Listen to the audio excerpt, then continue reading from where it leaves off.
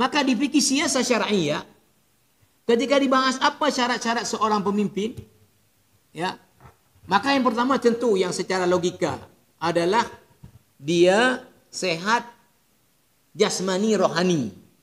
Artinya enggak gila. Kayak mana orang gila mimpin? Ya. Yang kedua dia sudah balik. Kayak mana anak kecil memimpin orang? Dia aja baru bisa ngurusi dirinya. Yang ketiga merdeka dia, bukan budak. Karena budak enggak ada kekuasaan.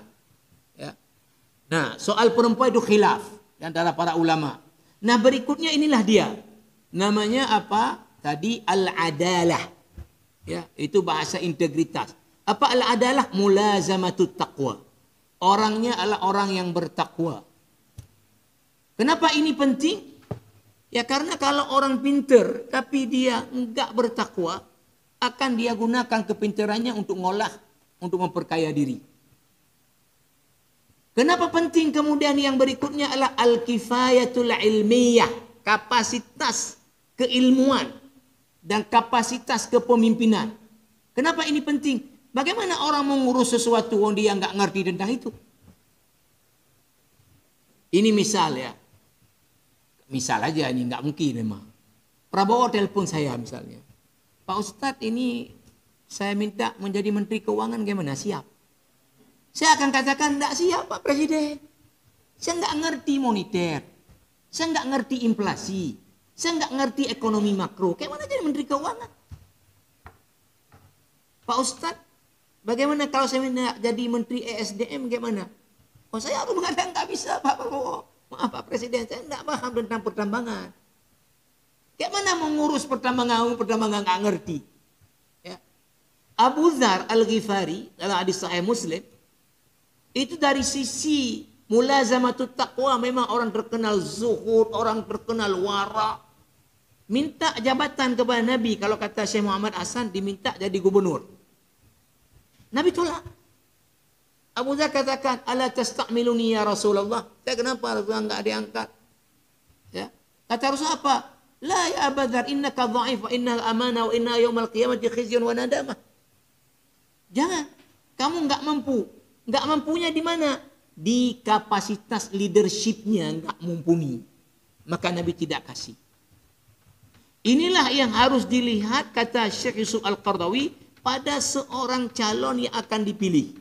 Maka kalimat Qardawi saya baca, "Wa man syahada li ghairi salih bi annahu salih." Ya, siapa ketika memilih, ya, berarti dia bersaksi ini mampu, ini baik integritasnya, maka saya pilih ya Allah. Padahal dia orang yang enggak mampu, faqad irtakaba kabiratan. Orang ini telah melakukan dosa besar. Apa dosa besar kata Yusuf Qardawi? Syahadataz zur, memberikan kesaksian palsu di hadapan Allah. Wa qad qaranahal Qur'an bisyirki. Al-Qur'an mengganding kesaksian palsu dengan kesyirikan di level dosanya. Di dalam Al-Qur'an Allah sebut di dalam surat Al-Hajj ayat 30, "Fajtanibur rijsa minal awthani wajtanibu qaulaz zur." Tinggalkan menyembah berhala dan tinggalkan kesaksian palsu. Selanjutnya Qardawi menulis, "Wa man syahada li murasyahin bis salahiyah." Siapa yang memberi kesaksian ketika memilih bahwa orang itu bagus, baik, mampu, limujarrad, semata karena qaribuhu, keluarga dekatnya, au ibnu baladihi, atau orang kampungnya. Ini kan kadang, mohon maaf ini ya, misalnya orang Aceh, dan tahun pilih pulang, bahkan keluarga ciara. Siapa yang memilih limujarrad, kata Qardawi, annahu qaribuhu. Qarib itu bukan teman dekat, keluarga dekat secara nasab, karena keluarga. Au ibnu baladihi, orang daerahnya. Nyampe tua tengok awak tanya orangnya. Baik awak belah hadis lawah. Awak adro. Ibnu baladihi au limanfaatin syakhsiyatin yartajiha, atau karena ada keuntungan pribadi yang dia dapat. Apa kata Qardawi? Ya, faqad khalafa amrallah.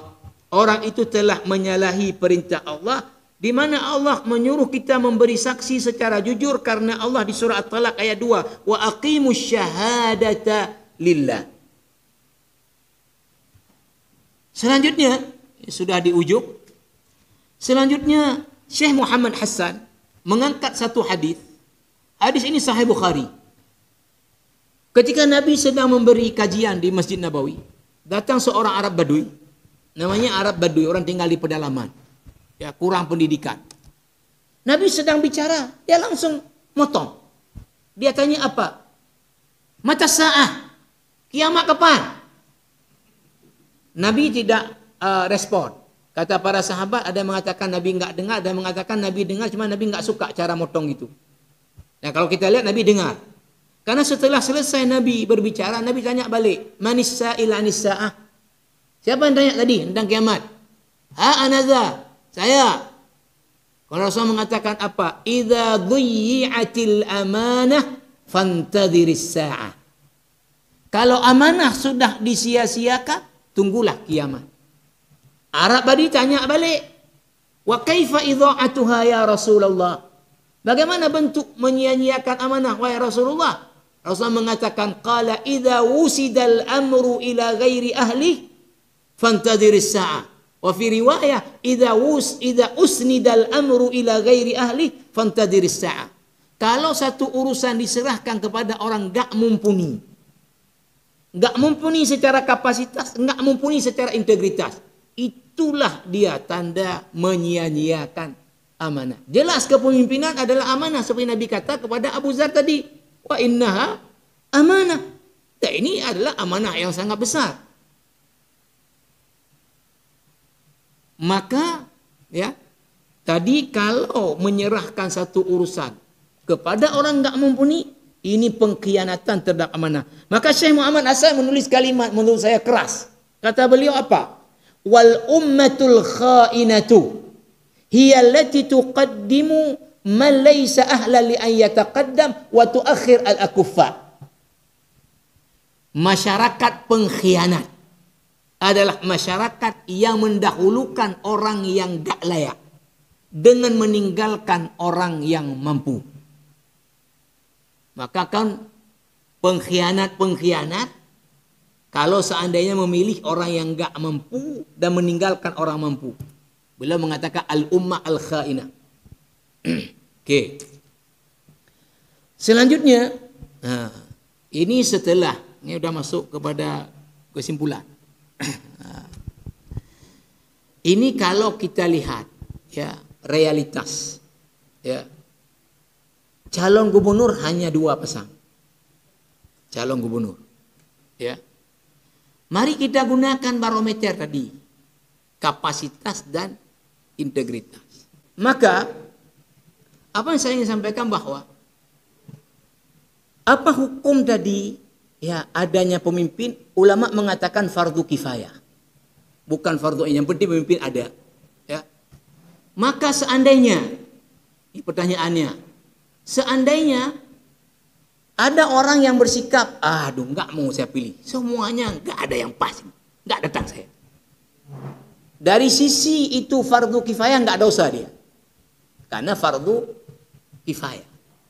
Tapi dari sisi ya lain kalau kita lihat, para ulama mengatakan kaidahnya di usul fikih, idza ta'arradha mafsadatani ru'ya a'dhamuhuma dhararan birtikabi akhaffihima. Kalau dua-duanya adalah kerusakan, enggak ada opsi lain, maka pilihlah yang lebih kecil kerusakannya. Kalau di usul fiqh dicontohkan, orang bawa mobil. Tiba-tiba dalam kecepatan tinggi, motong orang. Nyebrang jalan. Di kiri kanan jurang. Enggak ada pilihan kecuali 2. Satu menabrak orang ini, mobil lewat terus habis itu. Ya. Kedua, menghindar dari orang ini masuk ke jurang. Jurangnya dalam dan ini ghalabatul dhon. Orang dalam mobil mati semua. Dalam mobil ada 30 penumpang. Seperti bus Al-Manar misalnya. Ya. Maka ketika ini supir apa yang harus dia lakukan? Tabrak satu orang. Idza ta'aradha mafsadatani ru'ya a'dhamuhuma dhararan birtikabi akhaffihima. Ketika tidak ada pilihan, maka pilih yang terkecil mudaratnya.